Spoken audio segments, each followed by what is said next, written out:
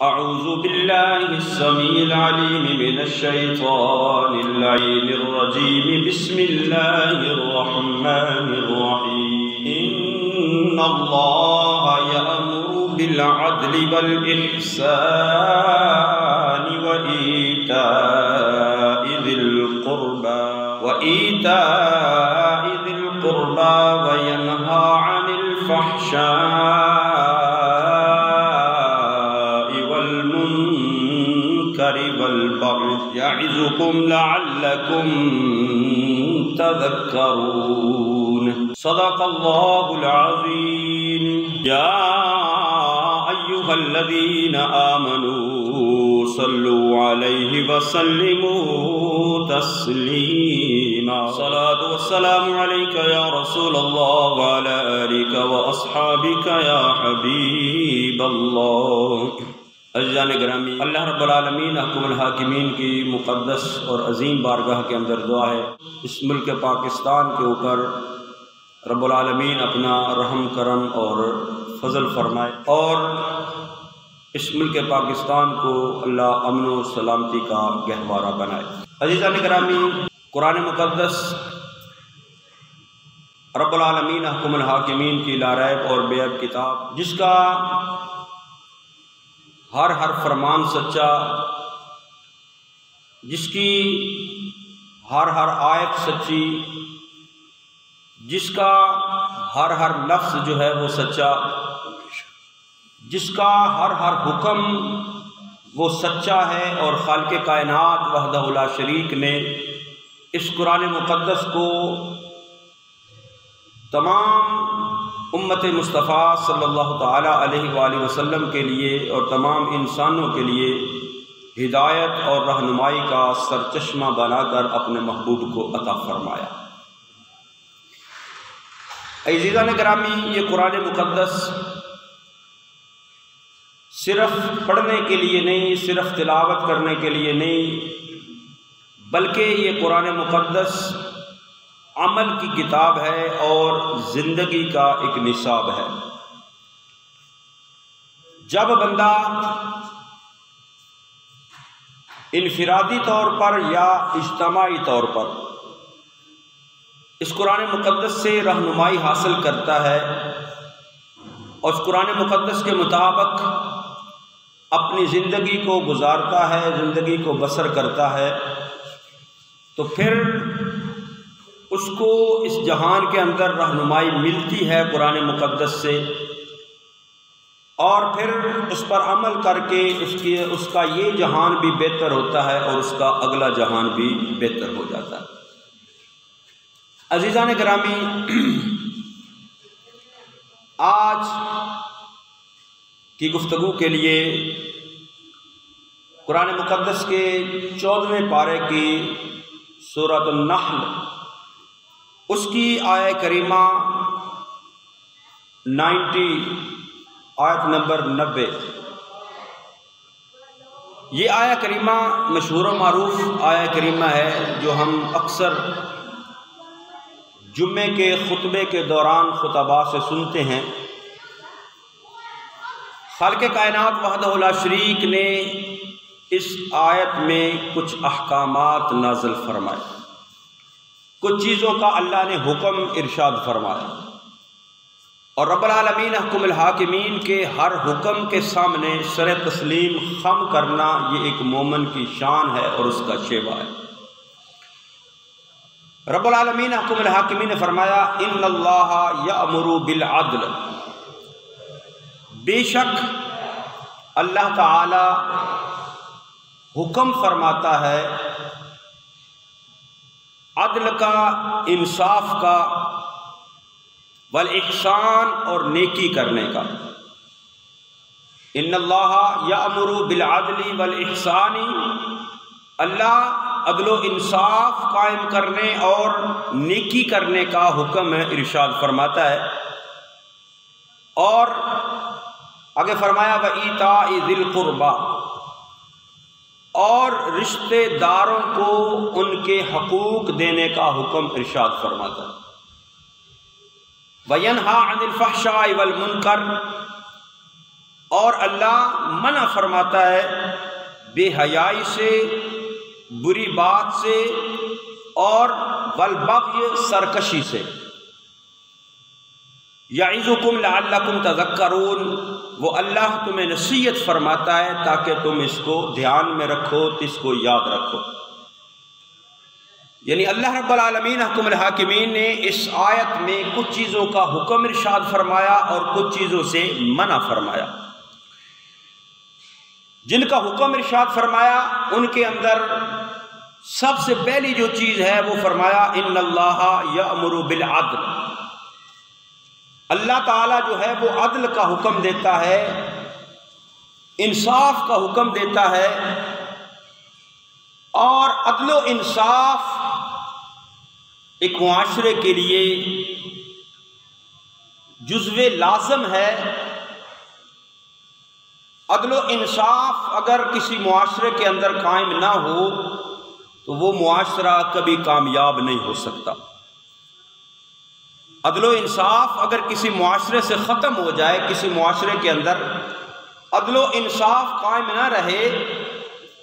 تو وہ معاشرہ جو ہے وہ کامیاب نہیں ہو سکتا، اس معاشرے کو کبھی بھی کامیابی نہیں مل سکتی۔ اور عدل و انصاف اگر کسی سماج کے اندر نہ ہو تو وہ سماج جو ہے وہ کبھی خوشحال نہیں ہو سکتا۔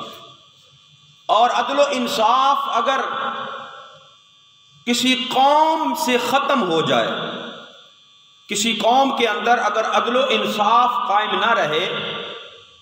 تو پھر ذلت و رسوائی اس قوم کا مقدر بن جاتی ہے۔ ذلت و رسوائی اس قوم کا مقدر بنتی ہے جس قوم میں سے عدل و انصاف ختم ہو جائے۔ اور جس ملک کے اندر عدل و انصاف نہ ہو، جس ملک کے اندر عدل و انصاف قائم نہ کیا جائے تو وہ ملک جو ہے وہ کبھی ترقی کی منازل طے نہیں کر سکتا۔ اگر ملک میں سے عدل و انصاف ختم ہو جائے تو وہ ملک تنزلی کی طرف جاتا ہے، ترقی کی طرف نہیں جاتا۔ وہ ملک جو ہے وہ کبھی بھی ترقی نہیں کر سکتا، ترقی کی راہ پر گامزن نہیں ہو سکتا،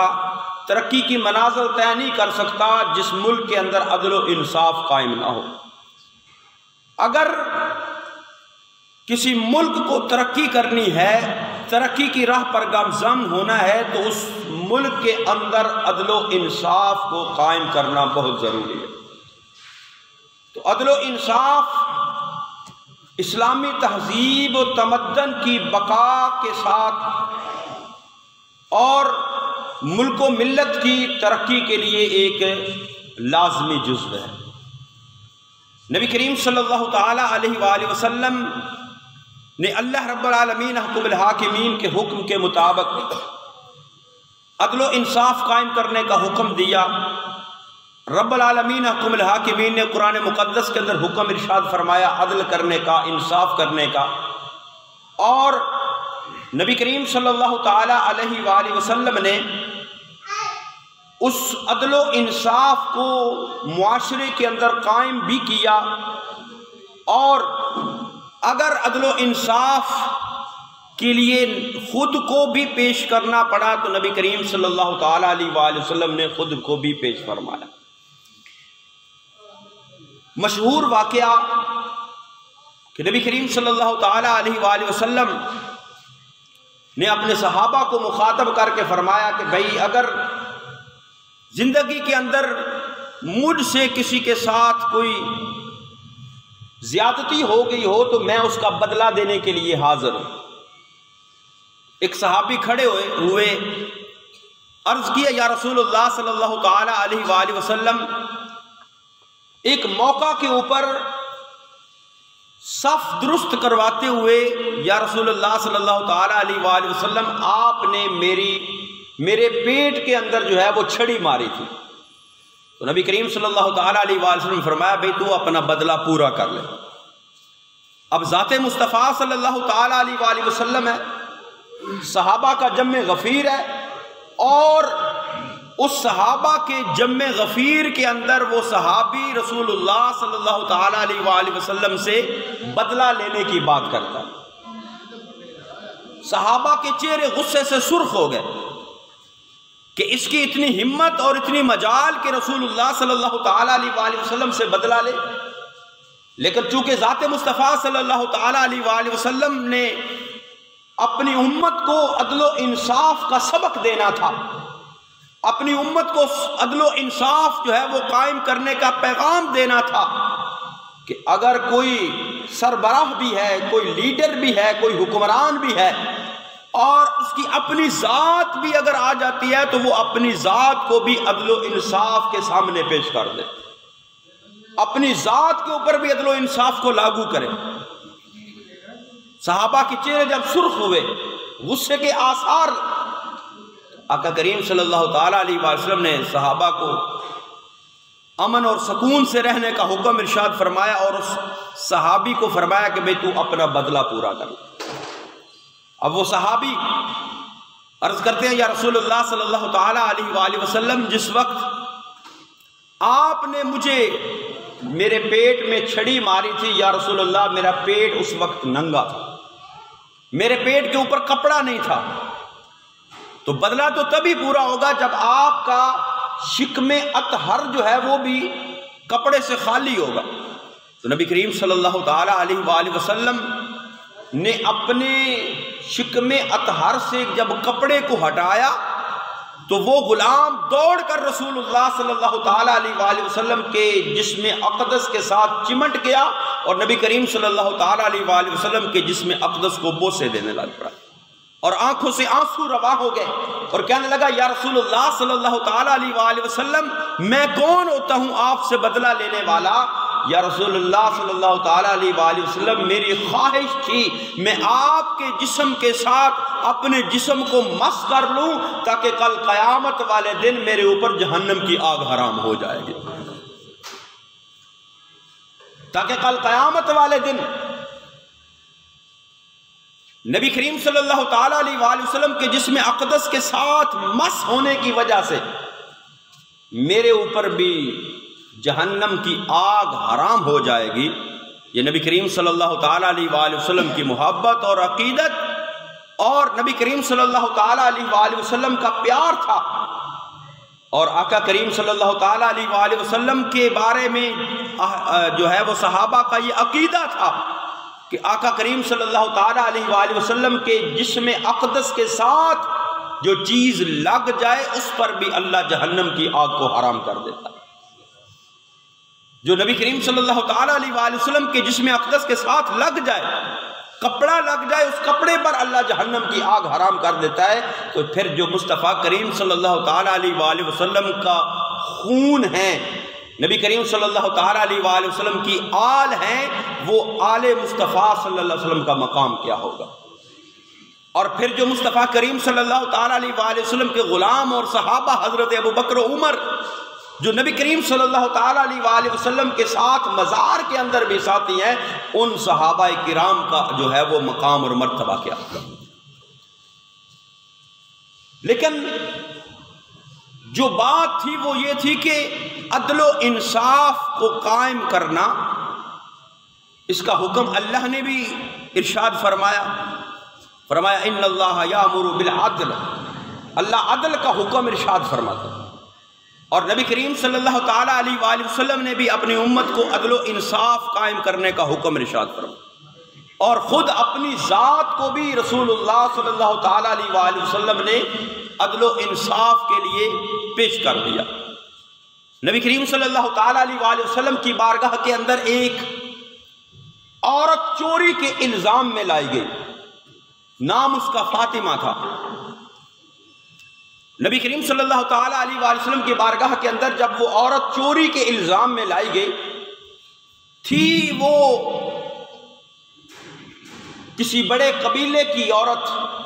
جس کا معاشرے میں ایک مقام تھا، ایک عزت تھی،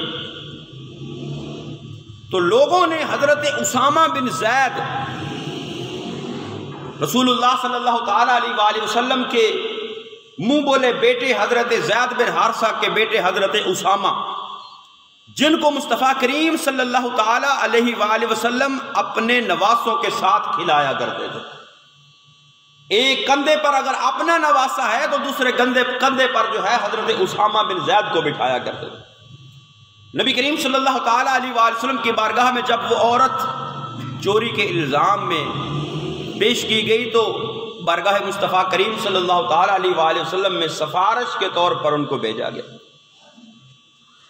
کہ یا رسول اللہ صلی اللہ تعالی علیہ وآلہ وسلم، یہ ایک سردار قبیلے کی عورت ہے، لہذا اس کے ساتھ نرمی کی جائے۔ تو نبی کریم صلی اللہ تعالی علیہ وآلہ وسلم نے فرمایا کہ اگر میری بیٹی فاطمہ بھی چوری کرتی تو اس کی بھی سزا یہی ہوتی کہ چوری کرنے والے کا ہاتھ جو ہے وہ کاٹ دیا جائے۔ یعنی عدل و انصاف کے تقاضوں کو اس طرح جو ہے وہ پورا رسول اللہ صلی اللہ تعالی علیہ وآلہ وسلم نے کیا، حکم بھی دیا اور خود کو بھی پیش کیا، کیونکہ یہ اللہ رب العالمین حکم الحاکمین کا حکم تھا۔ رب العالمین حکم الحاکمین کا یہ حکم ہے قرآن مقدس کے اندر کہ ان اللہ یأمر بالعدل، اللہ عدل کرنے کا حکم ارشاد فرماتا ہے۔ عدل کیا چیز ہے؟ عدل ہے افراط و تفریط سے بچ کر درمیانی راستے کو اختیار کرنے کا نام عدل ہے۔ یعنی کسی بھی معاملے کے اندر نہ کمی کی جائے نہ زیادتی کی جائے، جو معاملہ ہے اس معاملے کو حق پر رکھ کر افراط و تفریط سے بچ کر جو ہے وہ جو درمیانی راستہ ہے حق کا اس کو اختیار کرنا، اس کا نام عدل ہے۔ اور لغت کے اعتبار سے دیکھا جائے تو عدل کا معنی ہے کہ کسی چیز کو دو برابر حصوں میں تقسیم کرنا، یعنی جس کا جتنا حق ہے اس کو اتنا حق دینا، اس کا نام عدل ہے۔ جس کا جتنا حق ہے اس کا اتنا حق دے دینا، اس کا نام ہے عدل، اور اس کے اندر کسی چیز کی کمی بیشی نہ کی جائے۔ یعنی عدالت کے اندر اگر کوئی معاملہ پیش ہوتا ہے، عدل و انصاف کا تقاضا یہ ہے کہ حق کے ساتھ فیصلہ کیا جائے، جو جس کا حق ہے اس کو ادا کیا جائے، اس کے اندر کمی بیشی نہ کی جائے، اس کے اندر افراط و تفریط نہ کی جائے۔ اور معاشرے کے ہر طبقے کو عدل و انصاف اگر کسی قوم کے اندر کسی ملک کے اندر قائم کرنا ہے تو پھر عدل و انصاف جو ہے وہ اس معاشرے کے اندر نہ تو کسی قوم کو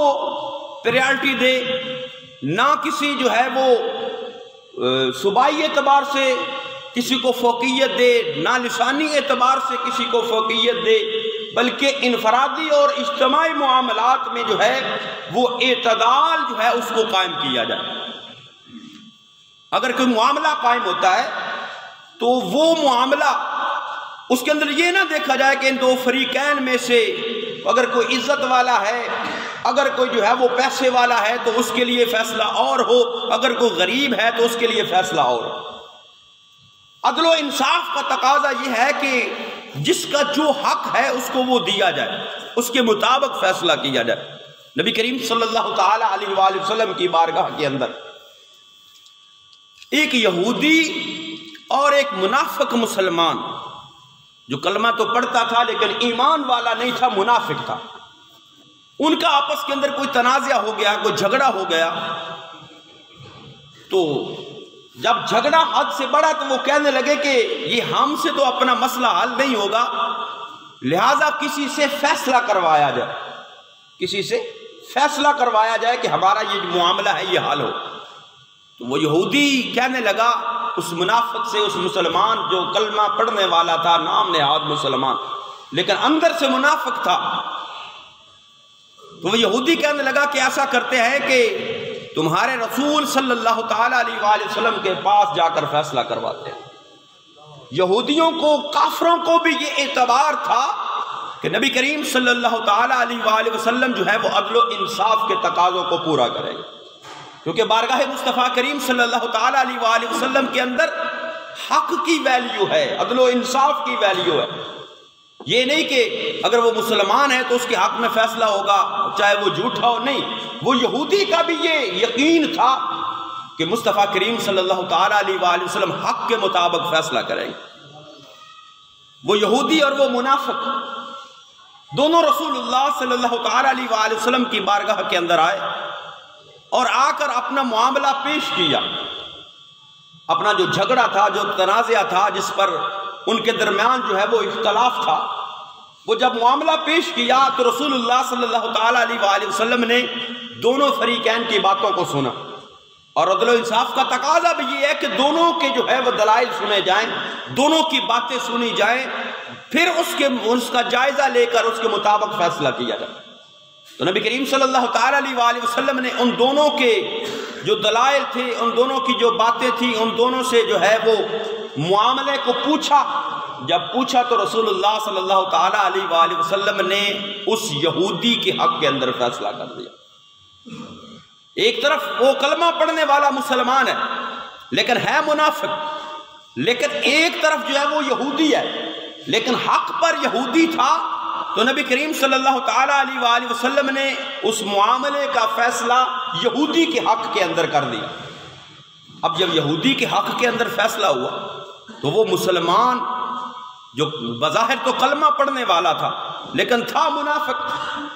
کیونکہ جو رسول اللہ صلی اللہ تعالیٰ علیہ وآلہ وسلم کے فیصلوں کو نہیں مانتا وہ مسلمان ہو سکتا نہیں، کیونکہ رب العالمین احکم الحاکمین نے فرمایا کہ میرے محبوب کریم صلی اللہ تعالیٰ علیہ وآلہ وسلم کے فیصلوں کو مانو۔ اگر تمہیں جو ہے وہ کوئی معاملہ پیش آ جائے تو رسول اللہ صلی اللہ تعالیٰ علیہ وآلہ وسلم کو حکم بناؤ، فیصلہ کرنے والا بناؤ، اور جب محبوب کریم صلی اللہ علیہ وسلم فیصلہ فرما دے پھر اس فیصلے کو مانو۔ تو جو نبی کریم صلی اللہ تعالیٰ علیہ وآلہ وسلم کے فیصلے کو نہیں مانتا وہ مسلمان کہلوانے کے لائق نہیں۔ اب جب دربار رسالت سے وہ یہودی بھی اور وہ منافق بھی جب باہر آتے ہیں تو باہر آ کر وہ نام نہاد مسلمان کہنے لگا کہ بھئی چلو ایک دفعہ جا کر نہ یہ فیصلہ حضرت عمر فاروق سے بھی کروا لیتے ہیں۔ وہ یہودی کہنے لگا بھئی تو عجیب بندہ ہے، جب رسول اللہ صلی اللہ تعالیٰ علیہ وآلہ وسلم نے، تمہارے پیغمبر نے، تمہارے نبی نے یہ فیصلہ کر دیا ہے اور میرے حق کے اندر فیصلہ ہو گیا ہے، اب نبی کریم صلی اللہ تعالیٰ علیہ وآلہ وسلم کے فیصلے کے بعد کون سا فیصلہ رہ جاتا ہے کہ جس کی تمہیں ضرورت ہے؟ وہ کہنے لگا نہیں چلو حضرت عمر کے پاس جا کر فیصلہ کرواتے ہیں۔ اب اور یہودی اور وہ منافق حضرت عمر کے دروازے پر پہنچتے ہیں، حضرت عمر کا دروازہ کھٹکھٹایا، حضرت عمر باہر تشریف لے کر آئے اور آ کر وہ مسلمان وہ منافق جو تھا وہ کہنے لگا کہ اے عمر ہمارے درمیان فیصلہ فرمائیے۔ جب اس نے یہ کہا تو وہ یہودی کہنے لگا کہ اے عمر میری ایک بات پہلے سن لیجیے، ہم بارگاہ مصطفیٰ کریم صلی اللہ تعالیٰ علیہ وآلہ وسلم کے اندر تمہارے نبی کی بارگاہ کے اندر گئے، دربار رسالت سے جو فیصلہ ہوا ہے وہ میرے حق کے اندر ہوا۔ تو حضرت عمر کہنے لگے اچھا، فرمانے لگے اچھا ٹھہرو میں بھی آتا ہوں۔ آپ اندر گئے، اندر سے تلوار لے کر آئے اور تلوار لا کر اس منافق کا سر قلم کر دیا اور فرمایا جو میرے مصطفیٰ کا فیصلہ نہ مانے عمر کی تلوار اس کا فیصلہ کر دیا، عمر کی تلوار اس کا فیصلہ کر دیا۔ یعنی ایک مسلمان کے لیے جو ہے وہ رسول اللہ صلی اللہ تعالیٰ علیہ وآلہ وسلم کے فیصلوں کو ماننا ضروری ہے، اور جو عدل و انصاف کا حکم اللہ اور اس کے محبوب کریم صلی اللہ تعالیٰ علیہ وآلہ وسلم نے ارشاد فرمایا ہے معاشرے کے اندر اس کا قائم ہونا ضروری ہے، اور جس ملک کے اندر عدل و انصاف قائم ہوتا ہے وہ ملک ترقی کرتا ہے، اور جس ملک کے اندر عدل و انصاف کے تقاضے پورے نہ کیے جائے وہ ملک کبھی بھی ترقی نہیں کر سکتا۔ خلیفہ مامون الرشید اور اللہ رب العالمین احکم الحاکمین نے جو قرآن مقدس کا اگر مطالعہ کیا جائے تو عدل و انصاف جب قائم کرنے کی باری آئے تو پھر وہاں رشتہ داری نہیں دیکھی جاتی، وہاں تعلق داری نہیں دیکھی جاتی، وہاں اپنی پارٹی نہیں دیکھی جاتی کہ اپنی پارٹی کے حق میں فیصلہ دے دیں، اپنے رشتہ دار کے حق میں فیصلہ دے دیں۔ خلیفہ مامون الرشید دربار لگا ہوا ہے اور لوگوں کے مسائل سنے جا رہے ہیں اور ان کے درمیان فیصلے کیے جا رہے ہیں۔ دربار کے ختم ہونے کا وقت ہوا، ایک بوڑھی عورت جس کے کپڑے پھٹے ہوئے وہ دربار میں آتی ہے اور آ کر کہتی ہے خلیفہ مامون الرشید میرا ایک معاملہ ہے، اس کا فیصلہ کیا جائے۔ مامون رشید کہنے لگا کہ آج تو دربار کا وقت ہو گیا ختم، کل آنا، کل تمہارا جو ہے وہ فیصلہ کیا جائے گا۔ دوسرا دن ہوا، مامون رشید کا دربار لگتا ہے۔ مامون رشید نے کہا سب سے پہلے اس بوڑھی عورت کو بلاؤ جو کل دربار میں آئی تھی اور اس کا فیصلہ نہیں تھا ہو سکا۔ وہ بوڑھی عورت پھٹے پرانے کپڑے جب مامون رشید کے دربار میں کھڑی ہوئی تو کہنے لگی کہ میری زمین جو تھی وہ مجھ سے ظلماً چھین لی گئی ہے، میرے پاس زمین کا ایک ٹکڑا تھا، زمین کا ایک حصہ تھا، وہ مجھ سے چھین لی گئی ہے ظلماً، میرا حق تھا کسی اور نے مجھ سے چھین لیا۔ مامون رشید کہنے لگا وہ کون ہے جس نے تیرا حق چھینا ہے، اس کو بھی عدالت میں پیش کیا جائے، دربار میں پیش کیا جائے۔ اب بوڑھی عورت نے مامون رشید کے بیٹے عباس کی طرف دیکھا۔ جب عباس کی طرف دیکھا تو کہنے لگی کہ یہ ہے جس کے ساتھ میرا معاملہ ہے۔ اب وہ بادشاہ کا بیٹا ہے، خلیفہ وقت کا بیٹا ہے، لیکن مامون رشید نے اس کو کٹہرے میں کھڑا کر دیا۔ اور جب بات سننا شروع کی